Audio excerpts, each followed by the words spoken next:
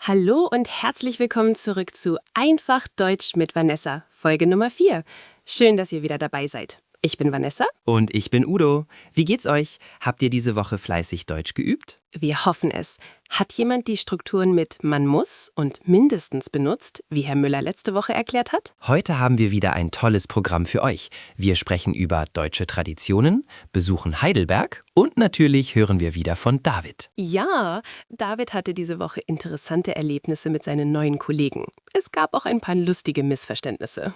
Oh ja, interkulturelle Kommunikation kann manchmal kompliziert sein. Aber bevor wir anfangen, Vanessa, du hattest diese Woche einen besonderen Tag, oder? Ja, genau. Ich war gestern auf einem Flohmarkt hier in München. Das war so schön. Ein Flohmarkt? Ich liebe Flohmärkte. Hast du etwas Interessantes gefunden? Ja, ich habe eine alte Schreibmaschine gekauft. Sie ist aus den 1950er Jahren. Sie funktioniert noch perfekt. Und sie hat nur 20 Euro gekostet. Eine Schreibmaschine? Das ist wirklich Vintage. Was willst du damit machen? Ich stelle sie in mein Wohnzimmer. Sie ist einfach schön anzusehen. Und vielleicht schreibe ich manchmal Briefe damit. Das ist romantisch. Findest du nicht? Absolut. Heutzutage schreibt niemand mehr mit der Hand. Alles ist digital. Genau, deswegen finde ich es besonders. Der Flohmarkt war sehr groß, vielleicht 100 Stände. Es gab alte Bücher, Schallplatten, Kleidung, Möbel, einfach alles. Warst du alleine dort? Nein, ich war mit meinem Bruder. Er sammelt alte Schallplatten. Er hat 3 Platten von den Beatles gefunden. Er war sehr glücklich. Das klingt nach einem erfolgreichen Tag. Gehst du oft auf Flohmärkte? Ja, mindestens einmal im Monat. Man findet dort so viele Schätze. Und es ist nachhaltig. Man kauft Secondhand statt neu. Das stimmt. Gut für die Umwelt. Okay, jetzt sollten wir anfangen. Fritz, bist du bereit? Ja, ich bin hier. Hallo zusammen. Willkommen zur 4. Folge. Die Zeit vergeht schnell, oder? Ja, wirklich. Danke, Fritz. Wir sprechen später wieder mit dir. Heute haben wir ein kulturelles Thema. Deutsche Traditionen. Wir sprechen mit Leuten über ihre Lieblingstraditionen. Genau. Deutschland hat viele regionale Traditionen. Manche sind sehr alt, manche sind modern. Unser erster Gast ist Klaus Hoffmann aus Bayern. Hallo Klaus. Servus. Hallo Udo. Danke für die Einladung. Ich freue mich sehr, hier zu sein. Servus zurück. Erzähl uns doch ein bisschen über dich. Was machst du beruflich? Ich bin Zimmermann. Ich baue Holzhäuser und repariere alte Dachstühle. Es ist ein traditioneller Beruf, den ich von meinem Vater gelernt habe. Ein Zimmermann. Das ist wirklich ein traditionelles Handwerk. Und was ist deine Lieblingstradition in Deutschland? Meine Lieblingstradition ist das Maibaumaufstellen. Jedes Jahr am 1. Mai stellen wir in unserem Dorf einen großen Maibaum auf. Das klingt interessant. Kannst du uns mehr darüber erzählen? Gerne. Der Maibaum ist ein hoher, bemalter Baumstamm. Wir schmücken ihn mit bunten Bändern und Symbolen von den verschiedenen Handwerken im Dorf. Ein Hammer für die Schmiede, eine Säge für die Zimmermänner und so weiter. Und wie stellt man so einen großen Baum auf? Das ist Teamarbeit. Alle Männer im Dorf helfen zusammen. Wir benutzen lange Holzstangen und heben den Baum langsam hoch. Es dauert etwa 1 Stunde. Danach feiern wir zusammen. Das klingt nach einem großen Fest. Ja, es ist ein wichtiger Tag für unser Dorf. Die Tradition ist über 500 Jahre alt. Es verbindet die Gemeinschaft. Jung und alt arbeiten zusammen. Wunderbar. Vielen Dank, Klaus. Viel Erfolg beim nächsten Maibaum aufstellen. Danke, Udo. Fürti. Das bedeutet Tschüss auf Bayerisch. Und jetzt haben wir Sabrina Müller aus dem Rheinland. Hallo Sabrina, schön, dass du Zeit für uns hast. Hallo Vanessa, ich freue mich sehr. Ich höre euren Podcast immer beim Joggen. Oh, das ist toll. Was machst du beruflich, Sabrina? Ich bin Grundschullehrerin in Köln. Ich unterrichte Deutsch und Kunst für Kinder in der 3. und 4. Klasse. Schön. Und welche deutsche Tradition magst du am liebsten? Definitiv Karneval. Hier im Rheinland ist das die wichtigste Zeit des Jahres. Karneval, natürlich. Köln ist ja berühmt für seinen Karneval. Erzähl uns mehr. Karneval beginnt offiziell am 11. November um 11:11 Uhr. Aber die richtige Feier ist im Februar oder März. 6 Tage lang feiern wir. Die Menschen tragen bunte Kostüme. Es gibt Umzüge durch die Straßen und viele verschiedene Veranstaltungen. Das klingt ausgelassen. Verkleidest du dich auch? Natürlich. Jedes Jahr ein neues Kostüm. Letztes Jahr war ich eine Piratin. Dieses Jahr plane ich mich als Biene zu verkleiden. Meine ganze Schule macht mit. Sogar die Kinder haben eine kleine Karnevalsfeier. Und was ist das Besondere am Kölner Karneval? Am Rosenmontag gibt es den großen Umzug. Tausende Menschen auf der Straße. Die Wagen werfen Süßigkeiten und kleine Geschenke in die Menge. Alle rufen Kölle Alaf. Das ist unser Karnevalsruf. Das muss eine unglaubliche Atmosphäre sein. Es ist magisch. Für uns ist Karneval nicht einfach nur eine Party, es ist ein Stück Identität. Es verbindet die Stadt. Egal ob arm oder reich, alt oder jung, alle feiern zusammen. Wunderschön. Vielen Dank, Sabrina. Und viel Spaß beim nächsten Karneval. Danke, Vanessa. Kölle Alav. Maibaum und Karneval. 2 sehr unterschiedliche Traditionen. Ja, Deutschland ist sehr vielfältig. Jede Region hat ihre eigenen Bräuche. Das macht es interessant. Und ihr da draußen? Welche Tradition habt ihr in euren Ländern? Schreibt es in die Kommentare. Ja, wir würden gerne mehr über eure Kulturen erfahren. Und jetzt ist es Zeit für Unser Mann in. Letzte Woche waren wir in Hamburg. Diese Woche reisen wir nach Heidelberg. Heidelberg ist eine wunderschöne Stadt in Baden-Württemberg am Fluss Neckar. Sie ist berühmt für ihre Universität und ihr Schloss. Unser Korrespondent heute ist Alexander. Hören wir zu.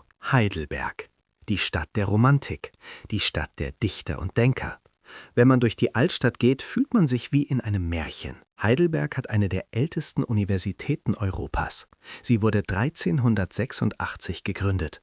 Viele berühmte Philosophen und Wissenschaftler haben hier studiert. Hegel, Weber, Hannah Arendt.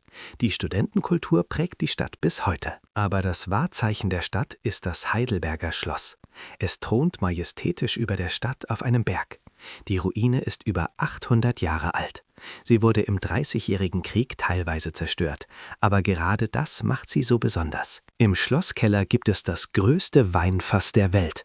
Es fasst über 200.000 Liter. Stellt euch das vor. Die Aussicht vom Schloss über die Stadt und den Neckar ist atemberaubend, besonders bei Sonnenuntergang. Die Altstadt ist perfekt erhalten. Enge Gassen, barocke Gebäude, gemütliche Cafés und Restaurants. Die Hauptstraße ist eine der längsten Fußgängerzonen Europas. Hier kann man stundenlang bummeln, in Buchläden stöbern oder einfach einen Kaffee trinken und die Atmosphäre genießen. Mein Tipp? Macht einen Spaziergang über die Alte Brücke, eine historische Steinbrücke aus dem 18. Jahrhundert. Von dort habt ihr den besten Blick auf das Schloss. Und besucht den Philosophenweg auf der anderen Seite des Neckars. Es ist ein Wanderweg mit fantastischer Aussicht. Heidelberg ist pure Romantik. Heidelberg klingt wirklich romantisch. Ich war einmal dort. Die Stadt ist bezaubernd. Ich auch. Das Schloss ist beeindruckend. Und die Altstadt ist so malerisch. Perfekt für einen Wochenendausflug. Seid ihr schon mal in Heidelberg gewesen? Oder habt ihr andere schöne Städte in Deutschland entdeckt? Schreibt es in die Kommentare. Genau. Und jetzt wird es Zeit für die Straßenumfrage. Jetzt kommt die Straßenumfrage. Diese Woche haben wir eine interessante Frage gestellt. Die Frage lautet, ist Pünktlichkeit in Deutschland wirklich so wichtig? Man sagt ja, die Deutschen sind sehr pünktlich. Stimmt das? Absolut. Wenn ein Meeting um 10 Uhr ist, dann ist es um 10 Uhr, nicht um 5 nach 10. Unpünktlichkeit zeigt Respektlosigkeit. Zeit ist wertvoll. Ja, leider ist das wahr. Ich komme aus Spanien und dort ist man entspannter. Hier in Deutschland muss ich immer auf die Uhr schauen. Wenn ich 5 Minuten zu spät komme, sind die Leute genervt. Ich finde es gut. Pünktlichkeit bedeutet Zuverlässigkeit. Wenn jemand sagt, er kommt um 3, dann kommt er um 3. Man kann sich darauf verlassen. Das macht das Leben einfacher. Manchmal übertreiben die Deutschen es aber. Wenn ein Zug 2 Minuten Verspätung hat, beschweren sich alle. 2 Minuten? Das ist doch nichts. Man sollte auch mal entspannen können. Interessant. Die Meinungen sind unterschiedlich, aber alle bestätigen, Pünktlichkeit ist wichtig in Deutschland. Ja, das stimmt. Ich versuche immer pünktlich zu sein. Aber manchmal ist es stressig. Was denkt ihr? Ist Pünktlichkeit wichtig oder sollte man entspannter sein? Schreibt eure Meinung in die Kommentare. Besonders, wenn ihr aus anderen Ländern kommt. Wie ist es bei euch? Genau. Und jetzt hören wir von David. Jetzt ist es Zeit für David. Erinnert ihr euch? Letzte Woche hatte er seinen ersten Arbeitstag. Genau. Heute geht die Geschichte weiter. David lernt seine deutschen Kollegen besser kennen. Und es gibt ein paar kulturelle Missverständnisse. Guten Morgen, Markus. Wie geht's? Morgen, David. Gut. Und dir? Kommst du mit zur Kaffeepause? Ein paar Kollegen sind schon in der Küche. Ja, gerne. Ich brauche Kaffee. Ich bin noch ein bisschen müde. Das kenne ich. Komm, ich stelle dich Julia vor. Sie arbeitet im Marketing und ist sehr nett. Super. Ich freue mich, mehr Leute kennenzulernen. Hallo David. Willkommen im Team. Markus hat mir schon von dir erzählt. Wie gefällt es dir bis jetzt? Hallo Julia. Danke. Es gefällt mir sehr gut. Alle sind sehr nett. Und wie findest du die Arbeit hier? Ich arbeite sehr gerne hier. Das Team ist super und die Projekte sind interessant. Und wie findest du Deutschland? Ist es sehr unterschiedlich zu Amerika? Ja, sehr unterschiedlich. Aber es ist interessant. Ich lerne jeden Tag neue Dinge. Zum Beispiel verstehe ich noch nicht, warum alle Geschäfte am Sonntag geschlossen sind. Das ist eine gute Frage. In Deutschland ist Sonntag ein Ruhetag. Die Leute sollen Zeit mit der Familie verbringen, nicht arbeiten oder einkaufen. Es ist gesetzlich geregelt. Interessant. Ich musste das auf die harte Tour lernen. Letzten Sonntag wollte ich Milch kaufen, aber alles war zu. Das passiert vielen Ausländern am Anfang. Du musst samstags einkaufen gehen. David, kommst du mit zum Mittagessen? Wir gehen normalerweise um 12:30 Uhr in die Kantine. Ja, gerne. Ich bin schon hungrig. Wie ist das Essen in der Kantine? Es ist gut. Jeden Tag gibt es 3 verschiedene Menüs. Ein Fleischgericht, ein vegetarisches Gericht und meistens noch etwas Internationales. Was nimmst du heute? Was ist Schnitzel mit Pommes? Das ist ein dünnes, paniertes Fleisch, meistens Hähnchen. Sehr lecker. Das ist ein deutscher Klassiker. Du solltest es probieren. Okay, ich probiere das. Und eine Frage. Warum ist hier niemand am Schreibtisch? In meiner alten Firma in Chicago war das normal. In Deutschland macht man richtige Pausen. 1 Stunde Mittagspause ist gesetzlich vorgeschrieben. Die Leute sollen sich erholen, nicht vor dem Computer essen. Verstehe. Das ist eigentlich besser für die Gesundheit, oder? Genau. Work-Life-Balance ist sehr wichtig hier. Man arbeitet, wenn man arbeitet, und man macht Pause, wenn man Pause macht. Deswegen haben wir auch klare Arbeitszeiten. Überstunden gibt es manchmal, aber nicht jeden Tag. Das gefällt mir. In Amerika arbeiten viele Leute 10 oder 12 Stunden pro Tag. Hier ist es entspannter. Ja, das ist ein großer Unterschied. Übrigens, ein paar von uns gehen heute Abend nach der Arbeit noch etwas essen. Hast du Lust mitzukommen? Essen gehen? Ich bin nicht so der Typ für lange Abende. Kein Problem. Du kannst auch nur kurz mitkommen oder dir etwas Kleines bestellen. Es geht mehr ums Zusammensein, verstehst du? Ah, okay. Ja, dann komme ich gerne mit. Wo treffen wir uns? In einer kleinen Kneipe in der Nähe. Sie heißt Zum Goldenen Löwen. Wir treffen uns um 18:30 Uhr. Super, ich freue mich. David macht Fortschritte. Er lernt die deutschen Arbeitskultur kennen. Ja, und er stellt gute Fragen. Die Sache mit den geschlossenen Geschäften am Sonntag verwirrt viele Ausländer am Anfang. Stimmt. Und ich find's gut, dass er mit den Kollegen zum Abendessen geht. So lernt man die Leute besser kennen. Genau. Nächste Woche hören wir mehr von Davids sozialem Leben in Deutschland. Und jetzt kommt wieder Fritz mit seinem Witz. Fritz, bist du bereit? Ja, ich bin hier.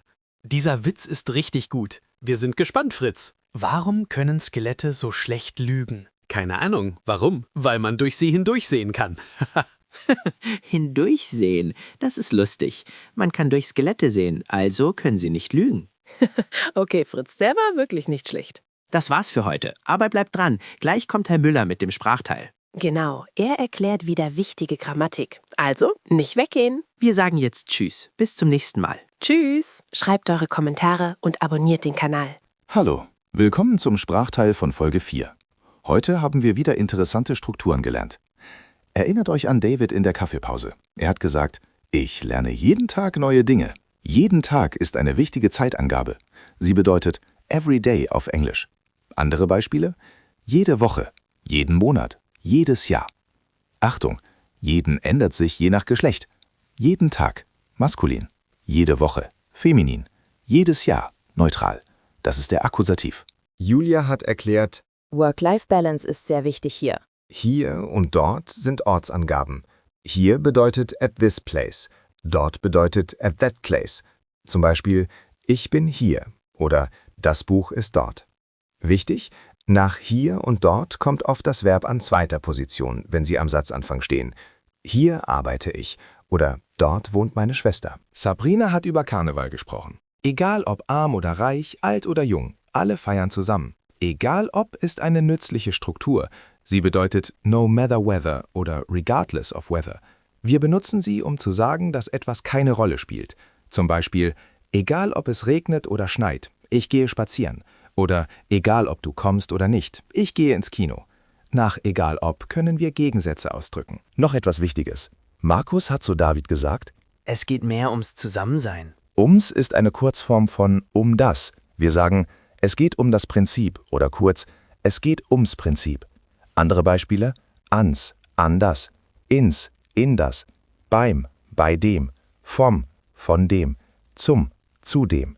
Diese Kurzformen sind sehr häufig in der gesprochenen Sprache. Das war's für heute. Diese Woche übt bitte jeden Tag, jede Woche, jedes Jahr und egal ob. Macht Sätze wie ich übe jeden Tag Deutsch oder egal ob ich müde bin, ich lerne weiter. Viel Erfolg. Tschüss und bis zum nächsten Mal.